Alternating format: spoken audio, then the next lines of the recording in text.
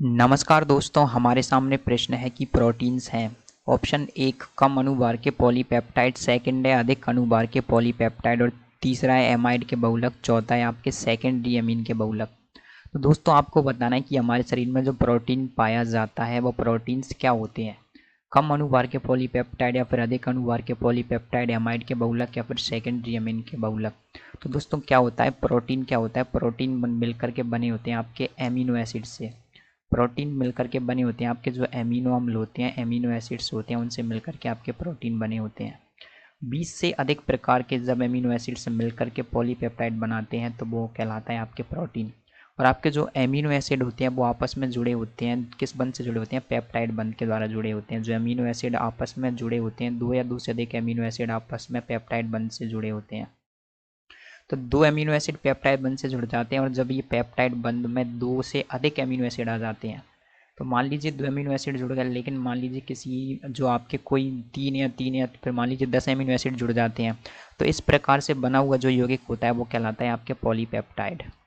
इस प्रकार से जो यौगिक बनता है वो कहलाता है आपके पॉलीपेप्टाइड और यही पॉलीपेप्टाइड मिलकर के बनाते हैं आपके प्रोटीन। जब 20 से अधिक प्रकार के पॉलीपेप्टाइड मिल जाते हैं तो आपके क्या हो जाते हैं, वो प्रोटीन कहलाता है।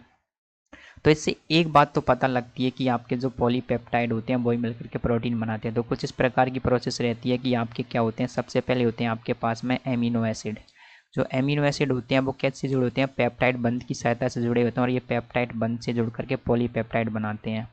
और ये पॉलीपेप्टाइड्स जब बहुत सारे पॉलीपेप्टाइड मिल जाते हैं तो प्रोटीन बनाते हैं। तो इससे एक बात तो स्पष्ट हो गई कि आपके प्रोटीन किससे मिलकर के बन रहे हैं, पॉलीपेप्टाइड से।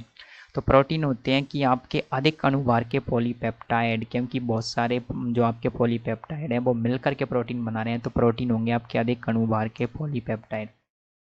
कम अणुभार के पॉलीपेप्टाइड, दोस्तों ये पॉलीपेप्टाइड तो होते हैं लेकिन जो आपका अणुभार है वो अधिक होना चाहिए, क्योंकि 20 से अधिक प्रकार के प्रोटीन मिलकर के मतलब जो आपके अमीनो एसिड है वो मिलकर के प्रोटीन बना रहे हैं।